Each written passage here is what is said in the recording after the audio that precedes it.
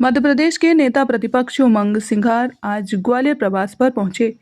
उन्होंने मध्य प्रदेश में होने वाले बजट सत्र पर कहा कि मध्य प्रदेश सरकार लगातार घिरती जा रही है।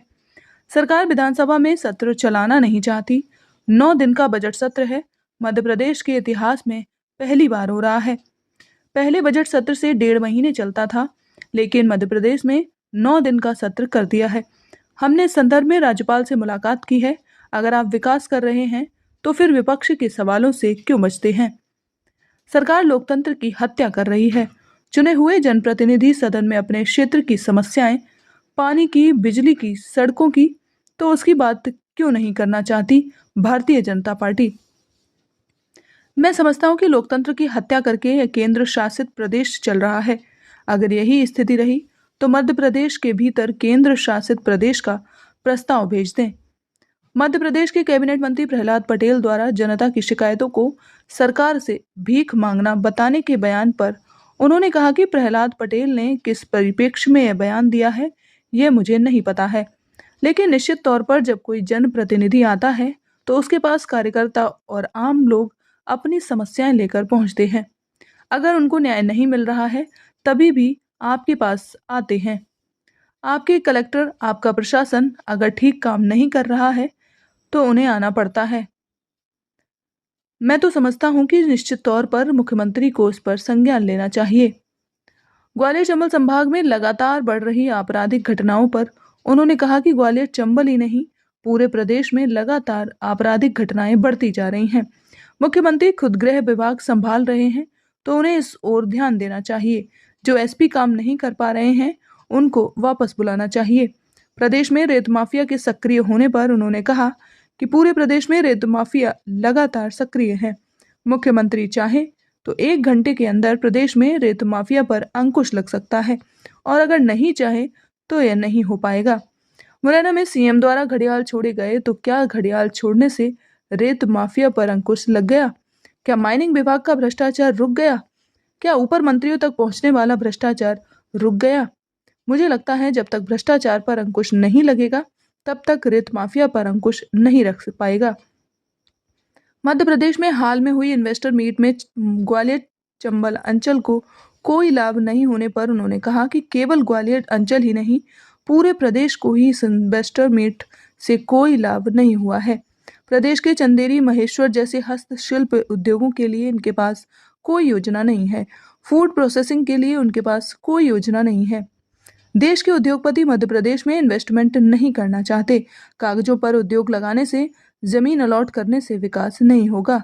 जब तक 70% युवाओं को रोजगार नहीं मिलेगा, इन्वेस्टमेंट से कोई लाभ नहीं होगा। टमाटर, आलू जब सड़क पर फेंकता तो जब सरकार कहाँ जाती? 20 सालों में कई बार ऐसी स्थितियाँ बनी। तो मैं समझता हूँ कि फूड प्रोसेसिंग प्रोजेक्ट्स आना चाहिए। किसान को कैसे आर्थिक रूप से मजबूत करो उस पर फोकस होना चाहिए। और किसान को तो मैं चाहूँगा कि आप बिजली फ्री दीजिए, और किसान को कैसे आप आर्थिक रूप से मजबूत करें इस पर सरकार को विचार करना चाहिए। विधानसभा सत्र चालू होने वाला है, किस तरह सरकार को घेरने की तैयारी रही है आपकी? तो सरकार तो घिरे जा रही है। सरकार विधानसभा सत्र चलाना नहीं चाहती। 9 दिन का सत्र है। मध्य प्रदेश के इतिहास के अंदर पहली बार हो रहा बजट सत्र, जो हमेशा 1 से 1.5 महीना चलता था, 2-2 महीने चलता था, लेकिन मध्य प्रदेश के इतिहास के अंदर ये 9 दिन का सत्र कर दिया गया। तो भारतीय जनता पार्टी लोकतंत्र की हत्या कर रही है। हमने राज्यपाल जी को भी इस बारे में ज्ञापन दिया। और क्यों भारतीय जनता पार्टी नहीं चलाना चाहती? क्या आप अगर विकास कर रहे तो आप क्यों नहीं, आप विपक्ष के सवालों से आप बचते हो? क्यों जनप्रतिनिधि, विधायक, चाहे सत्ता पक्ष हो पक्ष के, वो अगर अपनी बात करना चाहते अपने क्षेत्र की, पानी की, जल की, बिजली की, सड़क की, तालाब की, तो उसकी बात क्यों नहीं करना चाहती भारतीय जनता पार्टी? भारतीय जनता पार्टी की सरकार डबल इंजन की सरकार नहीं है। ये नौकरशाही को बढ़ावा दे रही है, निरंकुश है। और मैं समझता हूँ कि एक तरह से लोकतंत्र की हत्या करके ये केंद्र शासित प्रदेश चल रहा है। तो अगर यही स्थिति है तो मध्य प्रदेश के अंदर केंद्र शासित प्रदेश का प्रस्ताव भेज दे, जब आपको जनप्रतिनिधियों की बात नहीं सुनना है तो। प्रहलाद पटेल कार्यकर्ताओं से कह रहे हैं कि भीख नहीं मांगना चाहिए, किस तरह से देखते हैं इस सवाल? देखिए, वरिष्ठ मंत्री हैं प्रहलाद पटेल जी, अब उन्होंने क्या कहा, किस परिप्रेक्ष्य में कहा, ये उनकी मन की बात है। लेकिन मैं समझता हूँ कि कोई भी अगर पीड़ित पक्ष आता है तो न्याय के लिए उसको न्याय मिलना चाहिए। स्वाभाविक है, आवेदन लेके 10 कार्यकर्ता आते हैं, 10 आम व्यक्ति आते हैं, तो उनको अगर नहीं मिल रहा है न्याय तो मंत्री के पास आ रहे हैं। अगर आपके कलेक्टर अगर सही काम कर रहे हैं तो निश्चित तौर से प्रशासनिक व्यवस्था ठीक रहेगी, तो आपके पास नहीं आएंगे। तो मैं समझता हूं कि इस बारे में मुख्यमंत्री जी को संज्ञान लेना चाहिए। लगातार ग्वालियर चंबल अंचल में कानून व्यवस्था बिगड़ चुकी है, रोज लूट हत्या जैसी घटनाएं सामने आ रही हैं। एक बड़ा जघन्य रेप का मामला सामने। आप ग्वालियर चंबल के पूरे मध्य प्रदेश में कानून व्यवस्था की यही स्थिति है। कल परसों टीकमगढ़ में भी ये स्थिति बनी, वहाँ भी नाबालिग के साथ इस प्रकार की घटना घटी। तो मुख्यमंत्री जी कब समीक्षा करेंगे आप गृह विभाग की? कब आप जिले के एसपी जो कप्तान हैं उनसे जो नहीं कर पा रहे उनको बुलाओ वापिस, जो योग्य आईपीएस है उनको भेजो आप।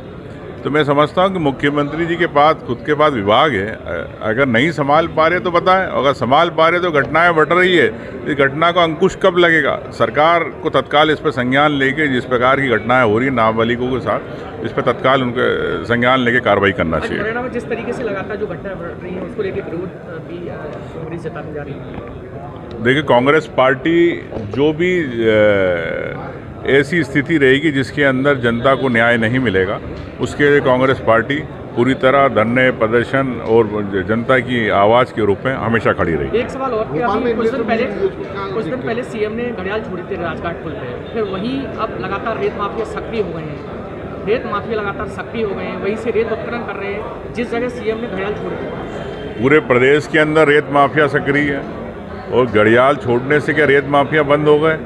क्या माइनिंग डिपार्टमेंट वालों के भ्रष्टाचार बंद हो गया? क्या ऊपर मंत्रियों तक पैसा जा रहा वो बंद हो गया? तो ये अगर भ्रष्टाचार बंद करना है पर्यावरण की दृष्टि से, तो मैं समझता हूँ मुख्यमंत्री जी जिस दिन चाहेंगे 1 घंटे में बंद हो जाएंगे रेत माफिया, लेकिन मुख्यमंत्री नहीं चाहेंगे तो प्रदेश में रेत माफिया ऐसे घूमते रहेंगे। मध्य प्रदेश में इन्वेस्टर मीट हुई थी और चंबल संभाग को कुछ नहीं मिला है। मध्य प्रदेश में इन्वेस्टर मीट हुई, तो चंबल संभाग क्या पूरे मध्य प्रदेश की ये स्थिति है। मैंने तो कई बार कहा कि कई ऐसे जो है योजना जिसमें हमारे यहाँ के हथकरघा के उद्योग है, आपके क्षेत्र में चंदेरी है, तो चंदेरी को लेके क्या इनके पास मास्टर प्लान है? कुछ नहीं। तो इस महेश्वरी सील के महेश्वर में उसके लिए क्या मास्टर प्लान है? वो नहीं। तो मैं समझता हूँ फूड प्रोसेसिंग हो, चाहे हथकरघा हो, चाहे आम व्यक्ति जिससे जुड़ा हो, ये जो यहाँ की आवश्यकता है उस हिसाब से उद्योग प्रोजेक्ट नीति नहीं बना पाती सरकार।